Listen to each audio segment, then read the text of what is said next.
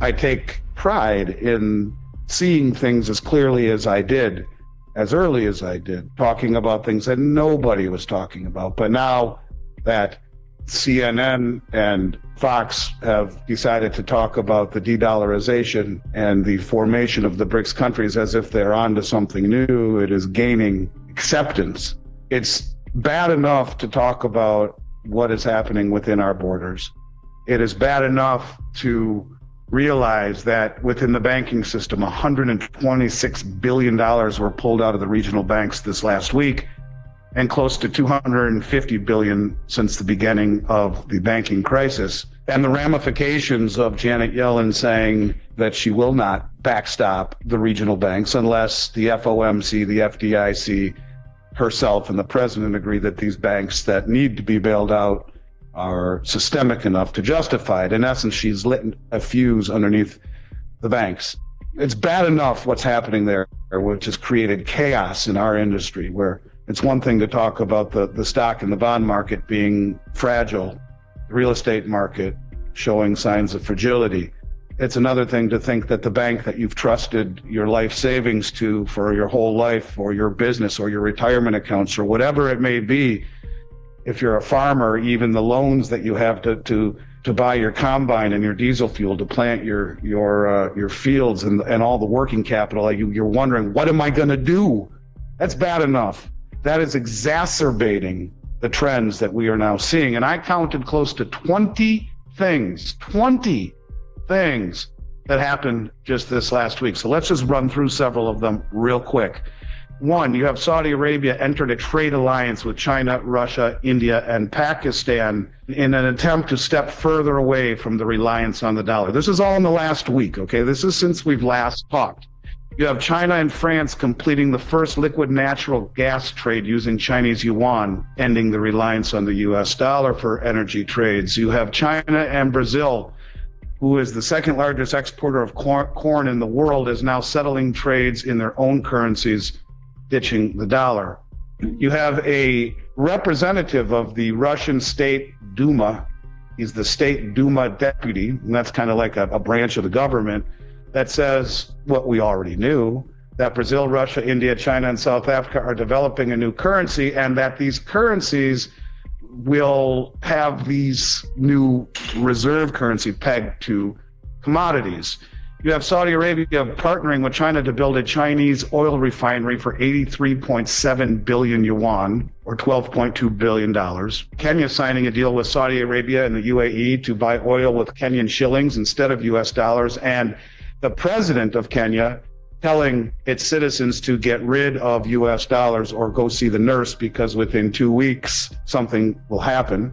You have the Association of the Southeast Asian Nations considering dropping US dollar, euro, yen, and British pounds for local currency and financial settlements. And the top of the agenda is reducing dependence on the US dollar, the euro, the yen, and the pound from financial transactions. You have India agreeing to settle trade in Indian rupees with certain countries instead of US dollars, and those are countries that are having currency failure or dollar shortages. So they're coming in and saying, we'll trade with you even if you can't get dollars or you're having problems with your own local currency.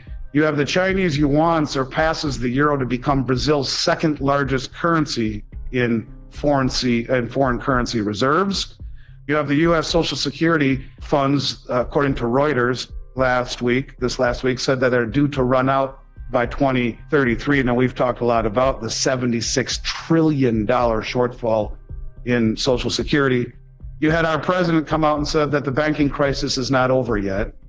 You had Saudi Arabia agree to join the Shanghai Cooperation Organization as a dialogue partner. That's the first step, is becoming a full member. It's a big deal because the Shanghai Cooperation Organization, which represents close to 60% of the Eurasian landmass and pretty darn close to that same percentage of population of the world, which is a military organization as well. So, if you're going to break free from the dollar and the Petro Reserve Standard, and certainly having your ducks in a row in terms of protection, we've talked at length about how they signed the protection agreement with Russia, and now they joined the Shanghai Cooperation Organization. You're talking about being protected from the West and the ramifications of leaving the petrodollar.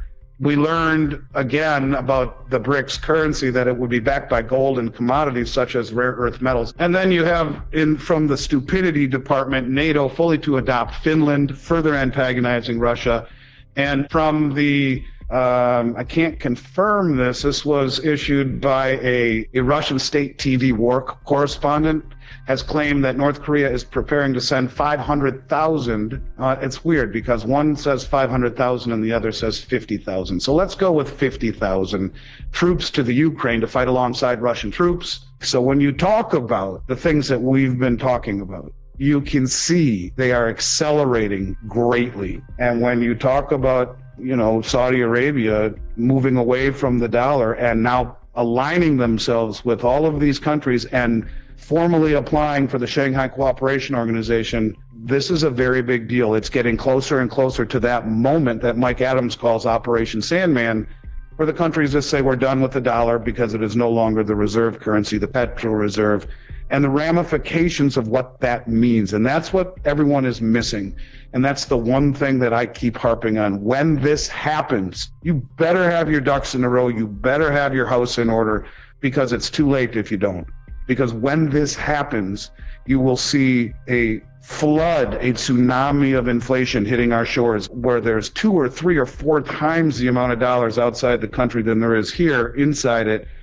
You'll see inflation at a level that no one can imagine, and the byproduct of that is spiked interest rates, which blows everything up. And this, to me, is exactly why you are seeing such massive drawdown in supply from the world's exchanges, because the people who have the most money are also closest to the information.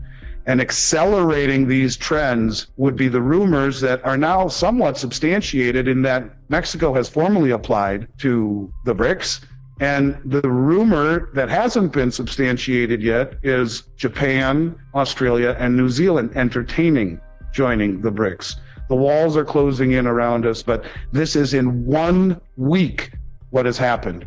And when you talk about an acceleration of events, this is exactly what this is. And to me, it only is exacerbated by the idiocy and the stupidity of our monetary and fiscal policy here at home, and doing things that make us the laughing stock of the world, like meddling with the election and arresting former President Trump on things that are 1,000 times less meaningful than what the own administration's family has been involved in. And I think the world sees this, that we are becoming a country that certainly is not what we once were or what we stood for. And I think it's time for people to wake the heck up and stop looking at gold and silver to make money, and look at it for what it is. It is a life raft in a boat that's about ready to go over the falls. And I think it's time for people to understand that.